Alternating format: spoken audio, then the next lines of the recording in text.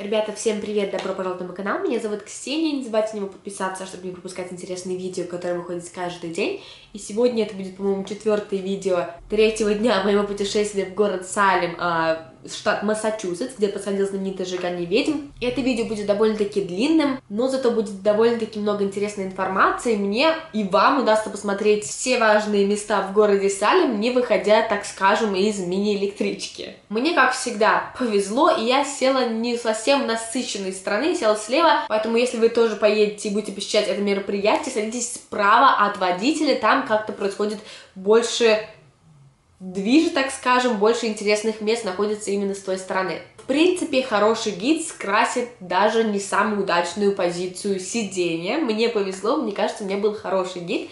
Не буду долго разглагольствовать, всем приятного просмотра.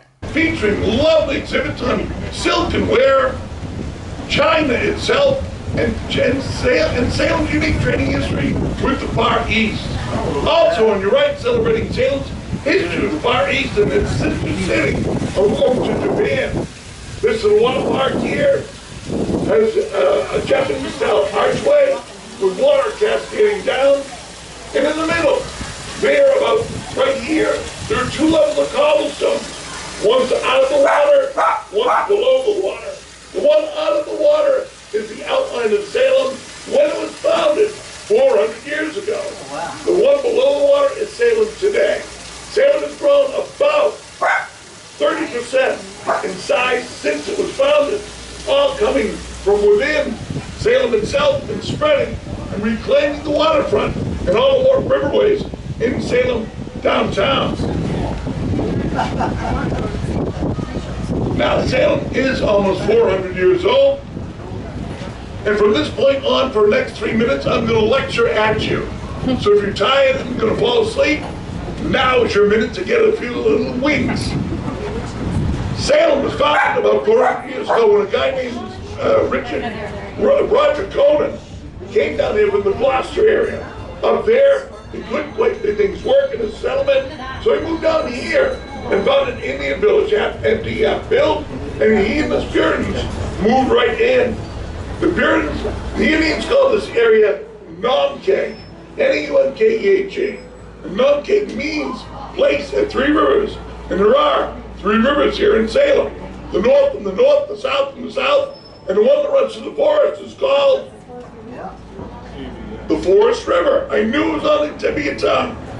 Things ran quite well here in the Wisconsin until one day a man showed up from England with something in his hand given him by the King of England that gave him the authority to run things here in Nomkeg. It was a charter. So power was passed peacefully from one man to the other.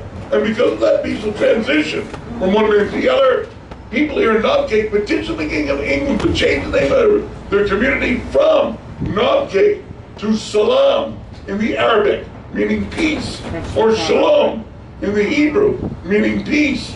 And Nomkeg seemed to evolve from the city of peace here and mirror the city of peace in the Middle East, Jerusalem.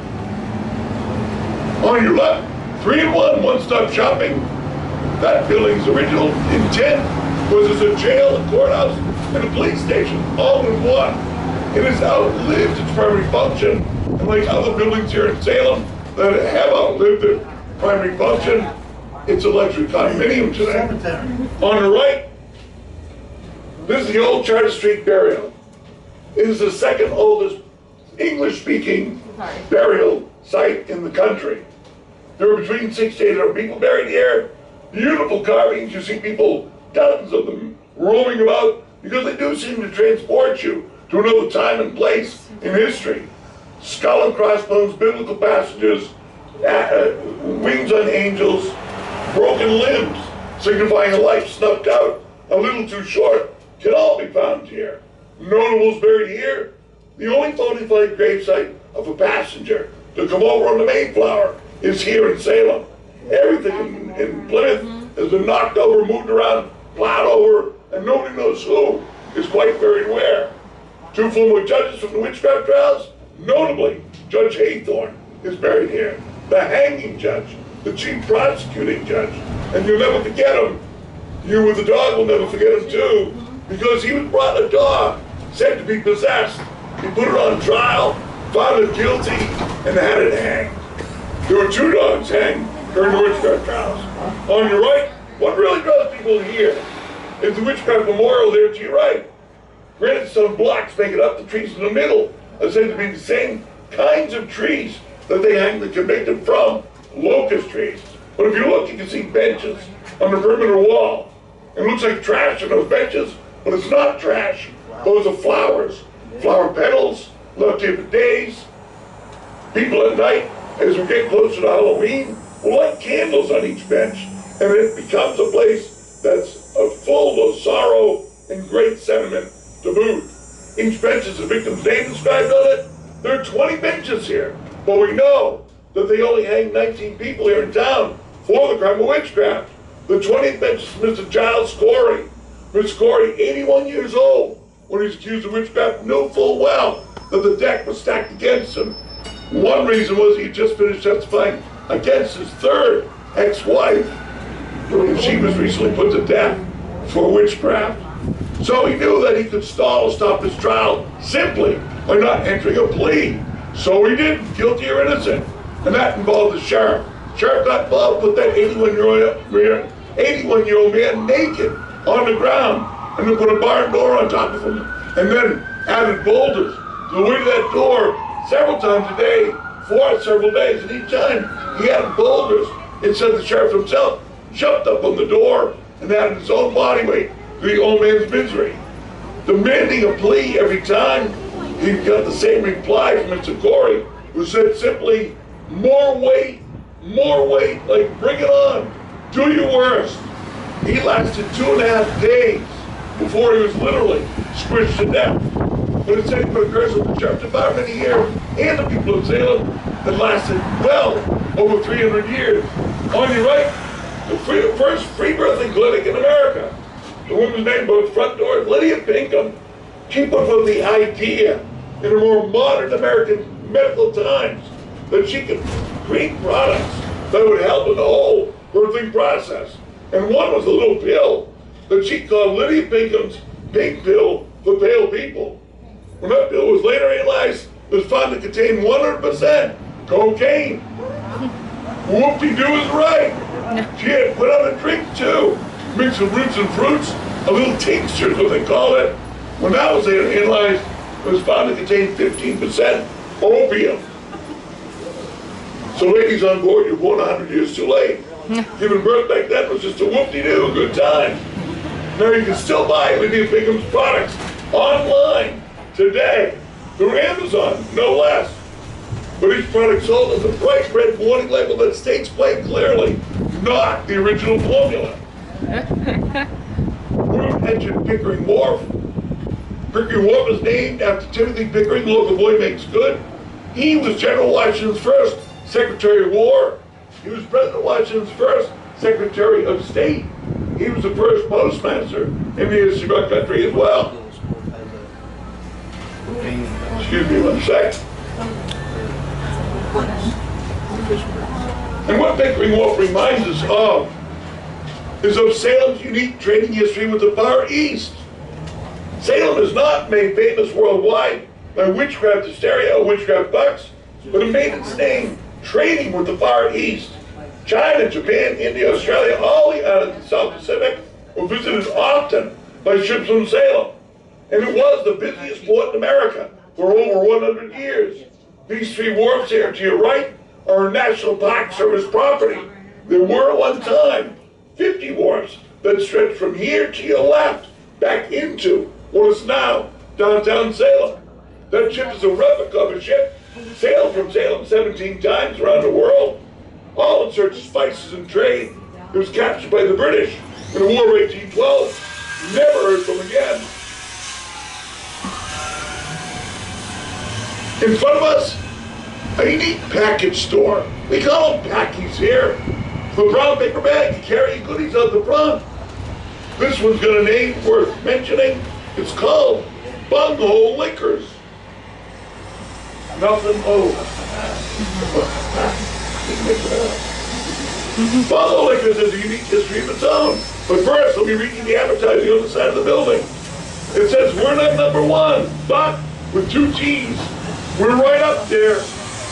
That's Bungalow Liquors. And back in the day, it used to be a speakeasy, a place where when booze was outlawed, if you knew where to look, there, and you knew the secret lock or the secret password, you could get in and have a little illegal tea, illegally.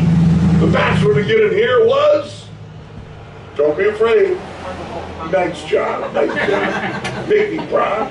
Now back in the day, let me set the table for you. Busiest port in America. So many ships in the harbor, square riggers, you couldn't count them all. Over 200.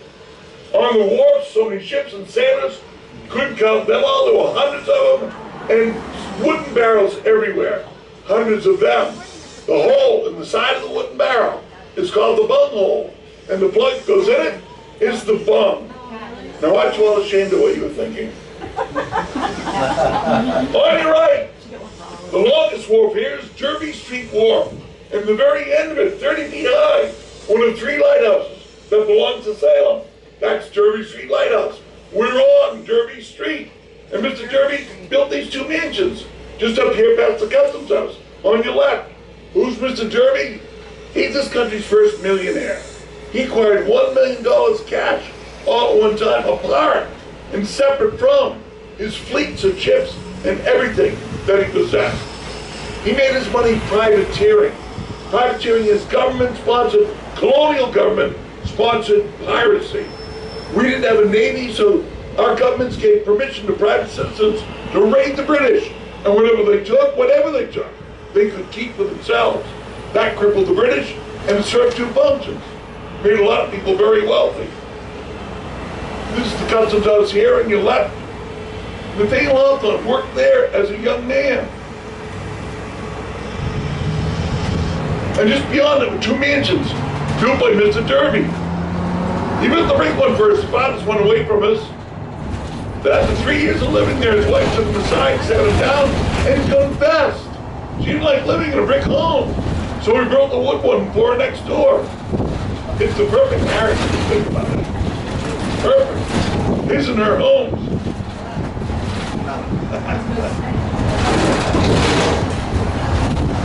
Now out here, away from downtown, is when they put things in town. They simply didn't want downtown. Before we reached the outer limits of Salem. On your left, that's America's oldest candy store. It's been serving up sweet treats and confections since 1806. Some of it made on machines 100 years old on site.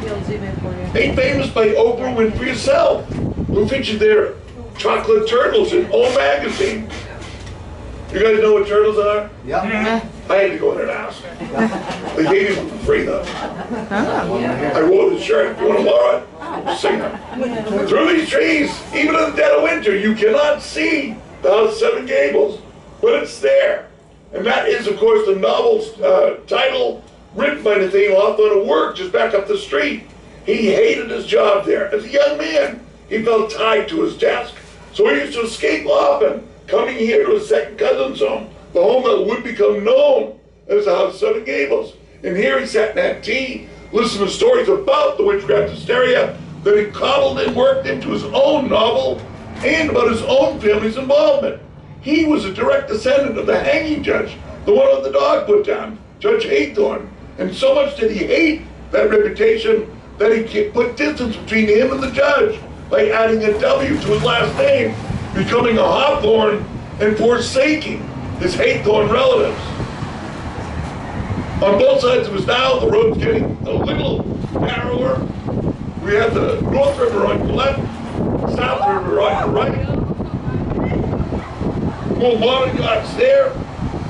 And on your right, the state pier, where a ferry runs between Boston and Salem 4 times a day on the weekend. And again, out here, away from downtown, they put things they didn't want downtown. And if you lived here, or wherever it is you're from, you don't want the next door either. On the right, coming up about half a mile up, was once where the smallpox hospital stood. A very contagious and very deadly disease. Half a mile here to your left, tuberculosis hospital. Again, a very contagious and very deadly disease. On your right, during my lifetime, it was this thing that everybody complained about. This was a coal-burning power plant.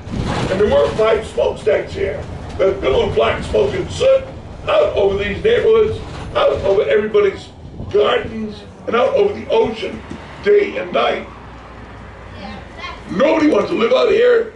Anybody did live here in some instance of respiratory trouble. But today, it burns clean fuel.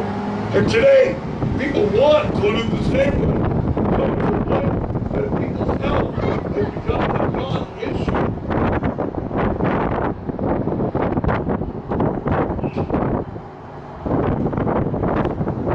Be careful now.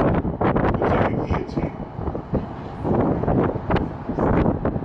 Wait a minute, fix that window yet. I'll put this on the window. Prop it open.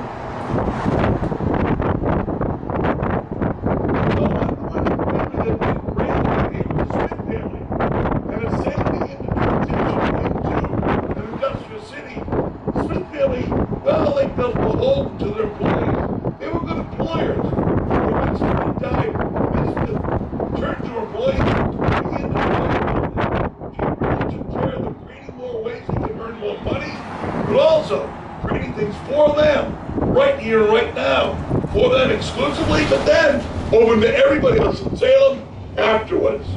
Their mansion sat here in the corner, and just beyond it is one thing that's a great example of something she made for them that was open later to everybody in Salem. This is this country's first and still largest outdoor saltwater swimming pool. Believe it or don't. This cove was on Smith property. What they did is they put the causeway across the mouth of the cove there, trapping water in. In the middle, there's a Smith blockhouse there. And you can open a valve inside and create a pump, and activate a pump that can pump water back out into the harbor, clearing the harbor of used up water, and during high tide do the opposite. Open at high tide, it would flood and fill the cove with fresh, clean, cold, salt water. How cold? The Atlantic Ocean's right here on your left. Look at, there it is. So it would be cold water, and today is a day like back in the 1930s, and everybody in town would be here. Beautiful sunny day. Water is beautiful too. But when the Coast Guard moved into Winter Island just ahead of us, during the last of 1939, they put a stop to all the fun here with concerns about safety and World War II coming on the horizon. So they put a stop to it. It's a no-fun zone now. And the Coast Guard moved in here for about 40 years, up until the mid-70s. On your left is Salem Sound. Everything in Salem Sound belongs to the city of Salem. Every rock that's sticking out of the water is part of Salem. And if you were here maybe 6 months ago, on your right, you would have seen 80, 50, 60 lobster boats here. They've gone back in the water working hard, and they've been replaced by RVs with hookups available. Tenting sites on both sides. Most of Coast Guard buildings have been knocked down. Knocked down and bare spaces left open for people to make use. Tents on both sides of us, and on your right, a gazebo. We've seen weddings here, religious festivals, weddings, all kinds of stuff here too. When it was a Coast Guard base, about 40 seaplanes a day flew from here out over the Atlantic as far north as Nova Scotia, Canada, and as far south as North Carolina. All the while, they were looking for sailors and ships in trouble, or looking for during World War II, looking for German submarines too. And they were truly out here. On the right, this is one building of the Coast Guard that does remain. It's the old hangar where they used to repair seaplanes. It doesn't really function at all, but does house Salem's rescue equipment. Because again, everything you see is Salem's. With that ownership comes responsibility. That lighthouse you see in front of us is Pickering Lighthouse, named after Timothy Pickering, and beyond it is Baker's Island. Baker's Island is the only inhabited island in the Sound And the third of Salem's 3 lighthouses is on the left part of it. You want to let them out? Okay. Across the water here, to your right, that's Marblehead. Marblehead was the first part of Salem to break away and form their own separate town. And when they did leave, people in Salem rejoiced about it, because they were rough, tough fishermen type, and they didn't take lip from anybody. But today, those homes tell us that Marblehead is one of the wealthiest communities in America. Come here in January, 6 o'clock at night, you'll see maybe 6 light bulbs on in the whole coastline here. They were half occupied by the British during the War of Independence. They raised a regiment, however, that fought for Washington, and he did not like them. He didn't like them, he didn't like their commander, General Glover. But in any instance, Washington got in trouble, and it involved water. It was the matter of Marblehead that he leaned on heavy to get him out of the trouble. Crossing the Delaware is one example. Standing in the bow of the boat, Washington led both boats of men across the river, but it was the men of Marblehead who made it possible by stealing those boats. And I'll end the story right there. Coming up here on your right, sailors brought back treasures from the Far East here, and again, they unloaded them here at Winter Island. When the rivers froze over, they brought back treasures, they brought back stories, they brought back experiences, names too, like this one on your right. It's Waikiki Beach, everybody. There's not much similarity between this one and the one in Hawaii. It predates the one in Hawaii by 30 years. It is the oldest Waikiki Beach in the country. But beyond the spelling, water, and sand that they share, it's not like it all. The water really gets out of the low 60s, even on the hottest of summer days. On your right, here's where the Coast Guard kept munitions, God bless you, during the war years. There were big iron doors across those cubbies, water mines, depth charges, all kinds of things were kept in there. And coming up on your left, a unique tent site. There are tents on it, but I gotta wonder aloud if they know the history of the ground underneath them. Because that, folks, is the site of the last 4 public executions here in Salem. Believe it or not, the very last one in 1852 was of a 16-year-old boy. That young man stole a horse. Worse for him, he burnt down the barn he stole it from. That arson is a capital crime. And that young man paid the price, hanging at the end of a rope there by the neck until he was dead. That's my dramatic pause. How'd I do?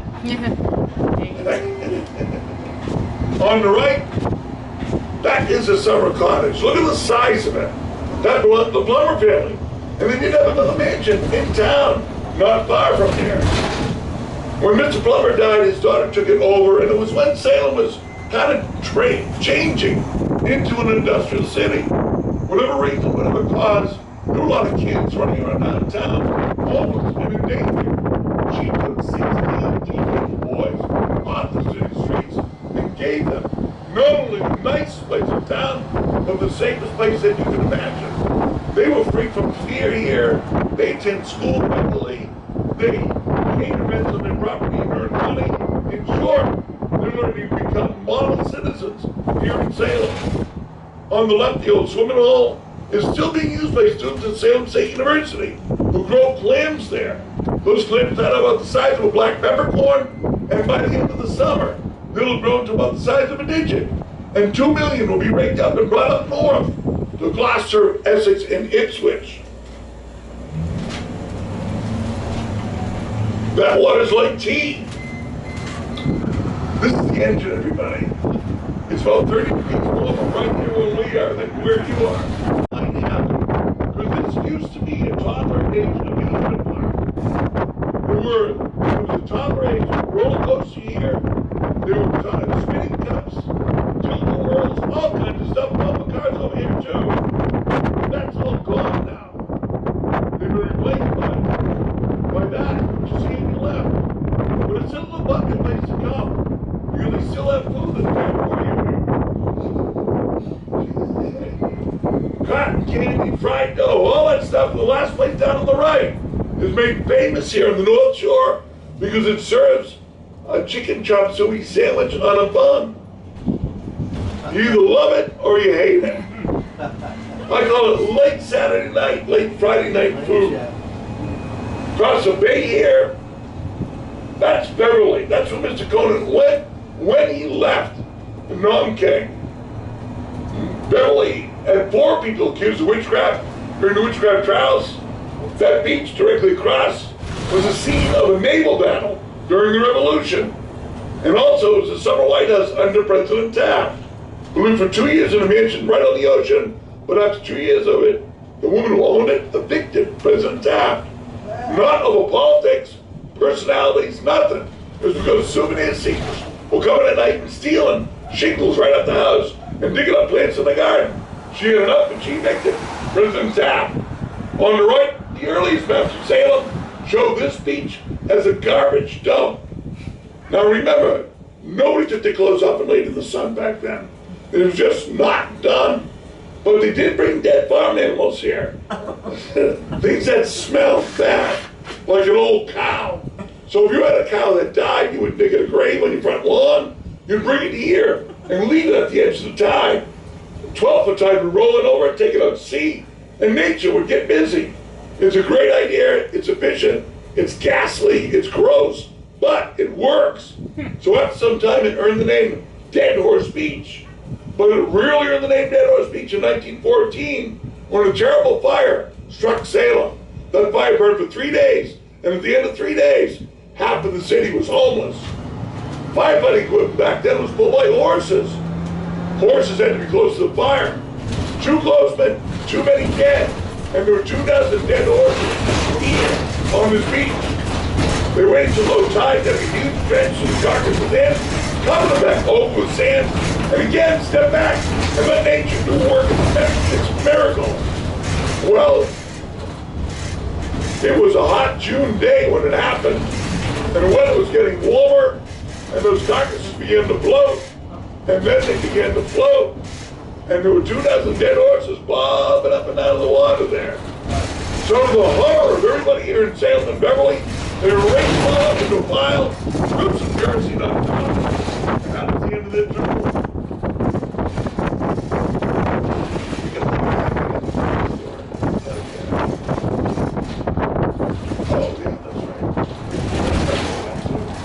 Coming up on the right, this is where the Coast Guard is. This is where the tuberculosis hospital once stood. And if you had a relative back then who died from TB, and you didn't understand germs of viruses, and it didn't want to catch what killed them, you let the hospital take care of the body. And they did, in unmarked graves up and down the street. So as these soldiers, these ex-soldiers began to retire here and dig foundations for their homes, they said it turned out human remains. And some of them say today that their homes are still haunted right now. On the right, is where the TV hospital once stood. Collins Cove condominiums is there now. And in 1981, they were digging the foundations for those places. And they started to turn up really strange, unknown geological formations. Well, they stopped construction right away, called the local experts from area universities who looked at the trouble and all agreed this was the epicenter, the cone of an ancient prehistoric volcano, 100 years old. It stretched up to New Hampshire and down southeast to Cape Cod itself. To the right, the cupolas, blue in color, onion-shaped, of the oldest Russian Orthodox Church here in the continental U.S. It is the mother church of Russian Orthodoxy here in the U.S. Now, again, goods were offloaded there, brought downtown to store or to sell. Something got off a ship there, walked on its own down the middle of the street. People poured out to see it because nobody had ever seen anything like it before. It was a baby elephant. For $400, the crew and the captain bought a baby elephant in India.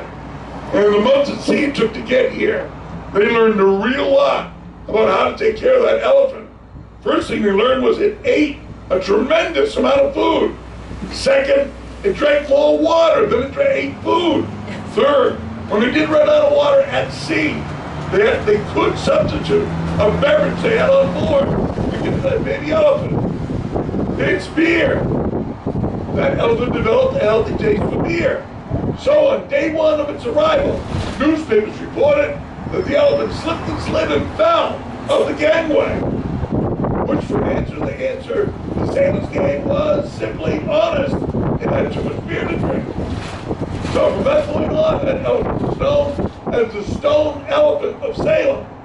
People here learned that they could see the elephant for a quarter, but if they gave more money, they could give it a bottle of beer, watch it take the cork out, and drink it on down. One man who saw the elephant do this paid $10,000 right then to buy that elephant. His last name was Gorodu. It was the first elephant in B.G. Bottom's three-year circus. Wildly popular from Maine to Florida back again, until one day in Alfred, Maine. Google it, look it up yourselves. It bumps me out to tell you the ending of this story. It's wicked sad. On the left, Hocus Pocus fans, we got me on board? Were you having any? Yeah. Good, okay, I'm sorry. On the third building up on the left, the brick building, that's Jacob Bailey High School. Oh, yeah. That's where Max and Allison come out the front door at the beginning of the movie. They walked on his footpath there to the left, and right about here, they started to make lovey-dovey batty eyes at each other right here. That is Salem Common and beyond. Probably this country's oldest commonly shared real estate. Early settlers encouraged bring livestock here to graze, but more importantly, historically, Mr. Cohen brought the male settlers here to march, drill, exercise, and prepare in common defense of their shared community. When President Obama visited here, one of 20 U.S. presidents come to Salem. He heard that story with the stroke of the pen. Salem Common became the birthplace of the U.S. National Guard. Very first muster here was in 1629. So, in April, celebrating that muster, the Coast Guard shows, the National Guard shows up with 7 howitzer cannons, and we blast out 3 rounds of a 21-gun birthday salute to themselves. This past April, 600 soldiers were here. 2 helicopters landed and 2 jets did a flyby. That clean-looking brick building across to your right was a home of Judge Story, the youngest man ever to sit as a justice on the U.S. Supreme Court. He was just 32 years of age. And looking at the common picture in 1915, after the big fire here, when people who did avoid the fire, who lived through it, and didn't have a better place to go, lived here in a tent, in virtual tent city. Those people depended on the others here in Salem for food, for cookware, and cash, just to help them get through. On the right, that's the Salem Mint Museum. It is 51 years old this year. The mannequins inside are 51 years old too. Has anybody been in since they, what did you think of it? It was all right. It's kind of interesting. Was it Disneyland for witches? No. I made the mistake of repeating a news story that came across my phone that called it the biggest tourist, what do they call it when they say? Tourist trap. Not in Salem, not in Massachusetts, not in America, but the world. So you've been warned, and thank you for your advice. On the right, that's Mr. Conan, founder of Nom Cake, grandfather of North Shore. And on your left, the Hawthorne Hotel, coming up on its 100th birthday. In its lobby, there are several signed articles and signed letters from the cast and crew of the old TV show Bewitched. Tell you why in just a minute. Look at the statue on your left. Look at the guy. Tell me that's not Mark Twain. It is. The Oh. rumor is that Salem and the city of Missouri that orders it to a foundry. Well, the Missouri statue got done first, shipped to them, given the bill, they balked at it. They didn't want it anymore. So the rumor is that they sent us the statue of Mark Twain, and nobody here knew the difference. No. That's the rumor.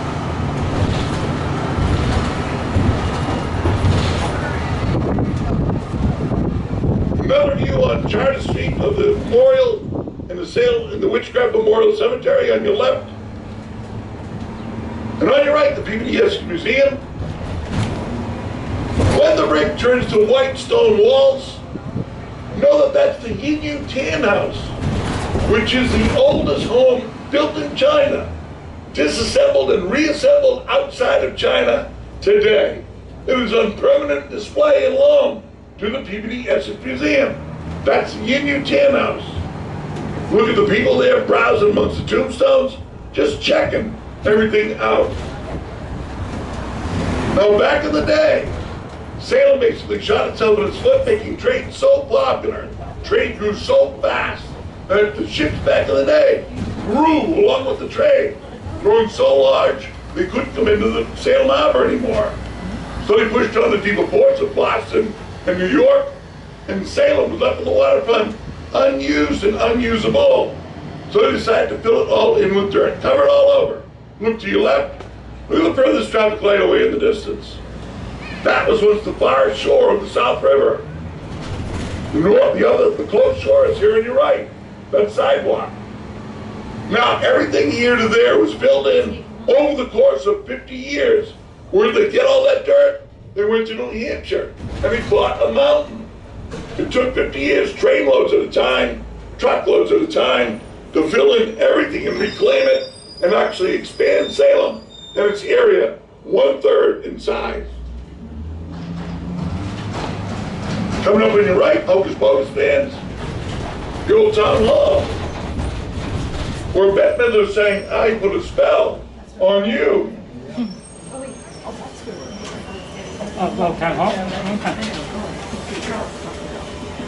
Directly in front of us now, a luxury boutique hotel. Although I should say boutique, because that's what my boss wants me to say. But that is, the History Channel tells us that the land underneath that building is the third most haunted real estate in the country. That, of course, is where George Washington stayed in that building, second floor, room to the right. And he knew its reputation as being haunted when he stayed here. That, of course, is where the sheriff had his home years before. He brought people into the cellar to coerce them, to force them, to torture them, into a confession. 4 people died in his home, and that contributes all to his reputation as being haunted.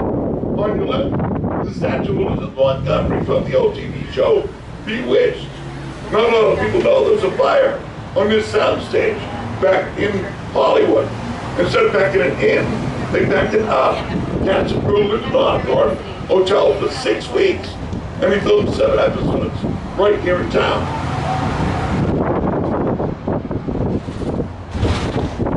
The plaque on the front of this building, to your left, tells us this is the site of the former courthouse during the witchcraft trials. Over 200 people accused of witchcraft were brought right there on that land to face 3 judges, a tribunal of 3 men who would determine whether or not to continue in the prosecution.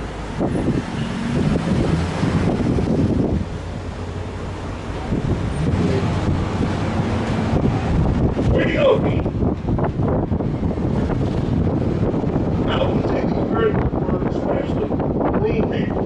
They seem to actually enjoy punishing their own kind for anything. Like if you burn your husband's dinner, you could find yourself in one of these, shamed publicly. These are called pillories. And they lock your wrists and your neck in place in public, at the mercy of anybody who comes walking by who would smear you, throw things at you, spit on you, swear at you. Anything to make you learn your lesson. Smallest one there to the left, the kids. Kids who talk back, kids who talk without being asked a question. Now we know also that they hang 19 people here in town for the crime of witchcraft. But they also hang people for other serious murder, serious crimes like murder and incest. But the way they did it back then is not the way that it's done today. States that allow hanging as a capital punishment, the hood is placed behind the noose, placed behind the head. Scaffold is built so the body drops enough space, and gravity and body weight work together so that the neck is snapped and it is over one take, one time. No do-over is necessary. But in 1629, that's not how they did it. 1692, instead, a ladder was placed against the limb of a locust tree.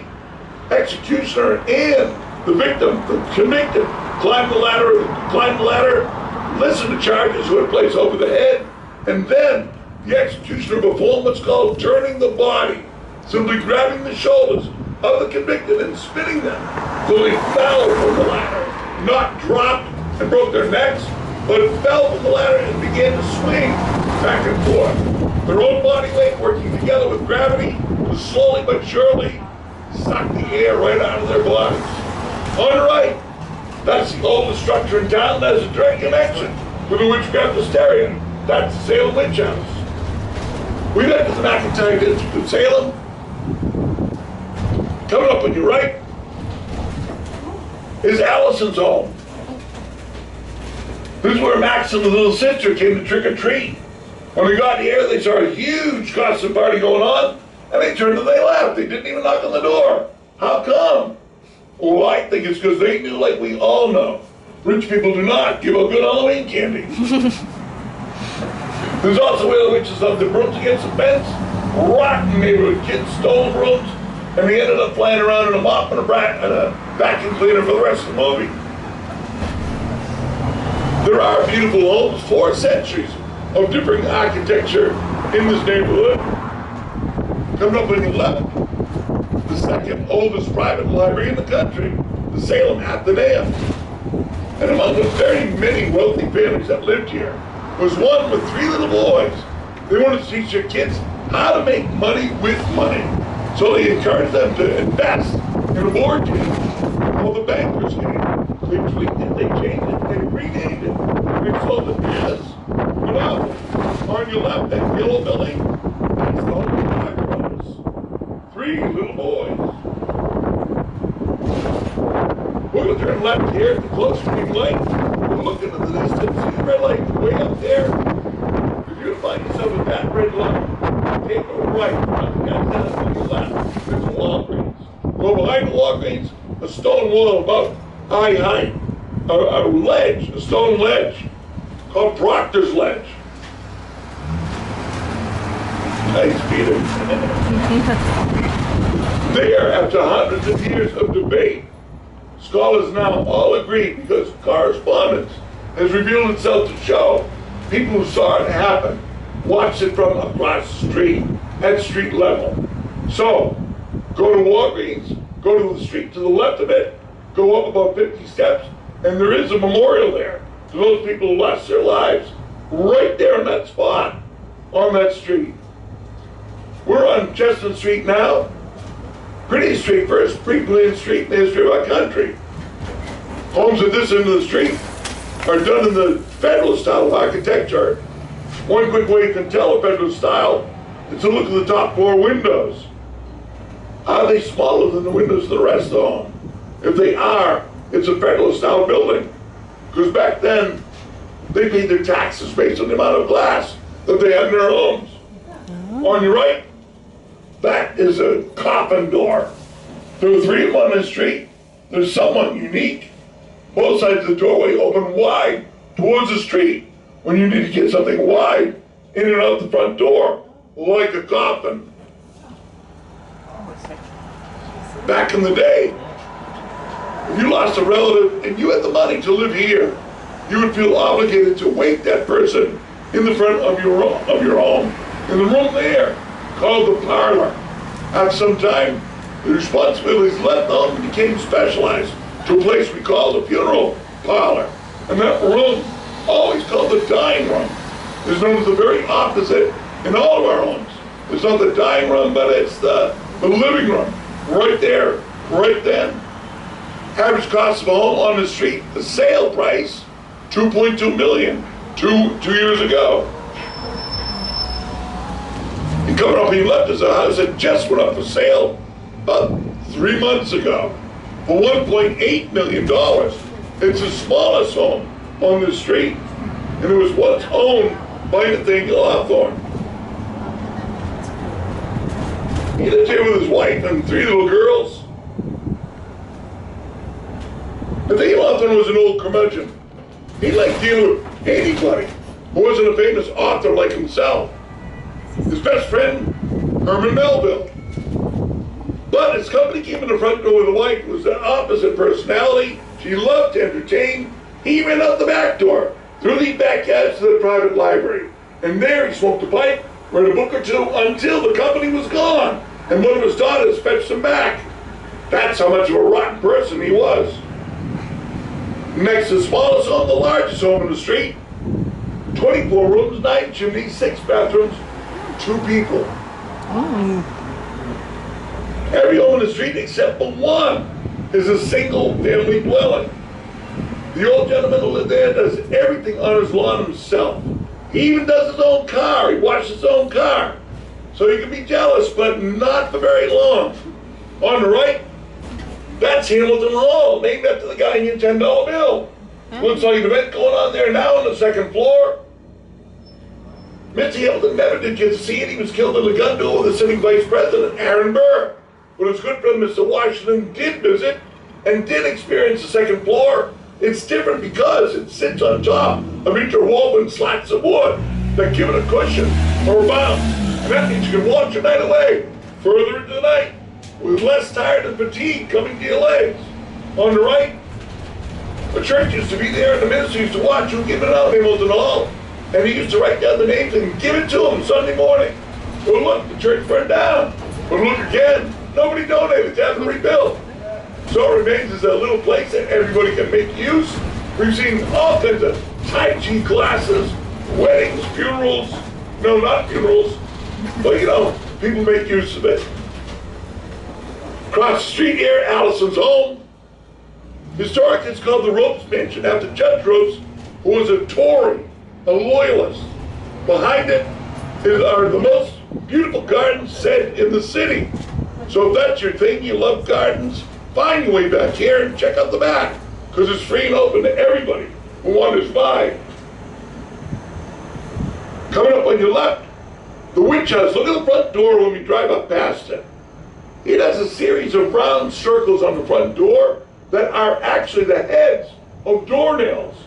Now a doornail is traditionally thicker than a regular nail, longer too. Patented from the old practical function whatsoever, except to tell people you've got money. Is that same girl?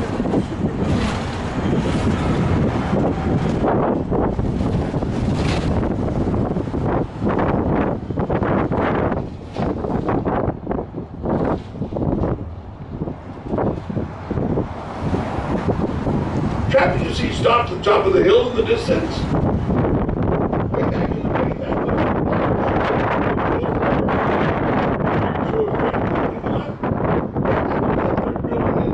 muscle-colored mansion there.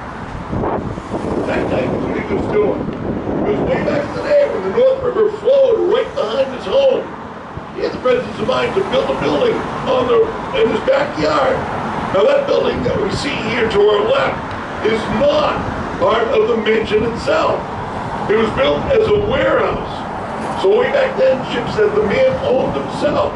Could come into the back harbor, pull up to the rear of his building, unload the goods, giving him first dibs and cutting the middleman right out of the picture. He was a clever bugger. Is that a bad word? Practical explosion. So look at this building here, that's warehouse. Yeah, the warehouse itself. Right about here, back in the day, stood a drawbridge over the North River. 300 soldiers from Boston, British soldiers, arrived here on a Sunday morning. Their mission was to capture 3 cannons that had been brought through to North Salem to put on the real carriage to fire and transport. Well, the British got here, the drawbridge was up, and dozens of men on the other side doing everything they could to make a fight with them. They were itching to get in a fight, but the British under orders stood fast. Nobody took the bait, and the standoff lasted well into the night. Finally, the cannons and safety elsewhere. The British, or the drawbridge was lowered, the British wanted to march across it 100 paces only. Turn and go back to Boston. It's called Leslie's Retreat. And some scholars, some historians say that it is the birth of resistance to British rule here in this country. But the real shocker around the world was just 2 weeks later, down the highway at Lexington and Concord. On your left, those chimneys there belong to a townhouse complex that sits on land that once was a home to the Parker Brothers manufacturing plant and offices. Everything the Parker Brothers ever made up to 1993 was made right there on that spot.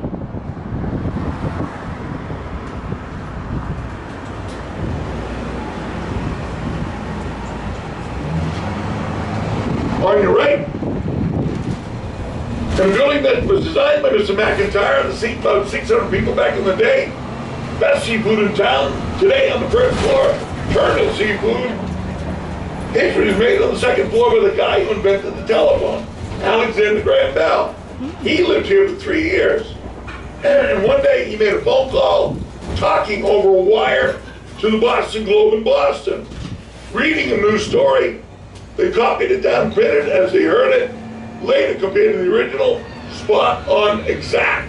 And that the telephone was reliable and worth more to Mr. Bell than he ever could believe. St. Peter's Church in front of us now. Look at the tombstones in front. They buried so close together, so close to the curve itself, you gotta believe. There's only one way it's possible, and that's to have buried them standing up. Look at it.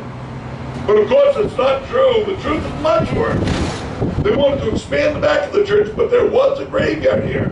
So we moved the headstones only to the front and left the graves there and built on top of the graves. That is a haunted happening just waiting to happen. Now you gotta get a clue. Last story of the day, everybody. Parker Brothers loved the game, they bought the rights to it, and they based it, after tweaking it a little bit, on a real murder that happened right there in that mansion, to your right. There was an old sea captain who lived there. He only had one living relative, his niece, and he employed her in his home as his servant. Her husband and friends did heavy lifting odd jobs for the old man, and one day amongst themselves, they realized none of them ever heard the old man talk about a will. So right then and there, they decided they had to bump him off quick, thinking the niece would inherit everything and she'd share it equally among her fellow murderers. That always works out, right? Sure it does. But one night, 3 men waited in the common. Across the street here, went through these backyards. To your right, they found the window in the old man's home unlocked, and they went into it. They went upstairs to the second floor, found the old man in bed, and hit him in the head with a war club, kind of a shillelagh-looking thing, custom made for the event, and he was dead. 4 people were arrested. 1 committed suicide in his cell. 2 others were hanged for the crime. The niece was found not guilty. She was not allowed to inherit any of the sea captain's wealth. Next time you get out your clue game board, next time, look at the arrangements of the order of the rooms around the edge of the board, because they copied precisely. The Parker Brothers went to great lengths to make sure they copied exactly as best they could. The only room here on the second floor where that old sea captain was murdered. It was better earlier in the day. Thanks for everything. Glad you had a good time. If you did have a good time, I'm happy you did. Still some sunlight in the sky. Daylight to burn. Get back home where you started, safe and sound. Anything you toss on a little tip bucket is gratefully and appreciatively. Ну вот и все, супер длинное видео экскурсии на автобусе подошло к концу. Всем большое спасибо за просмотр. Надеюсь, оно вам понравилось и вы узнали что-то новое. Не забывайте подписаться на мой канал, чтобы не пропускать интересные видео, которые выходят каждый день. Для меня это очень большая поддержка, поэтому заранее большое спасибо. Также в описании будет ссылочка на мой инстаграм, где ежедневно какие-то истории, шорты, посты, рилсы на русском и английском языках. Прочекайте, вам понравится. Еще раз всем большое спасибо за просмотр. Увидимся с вами уже завтра и всем пока-пока.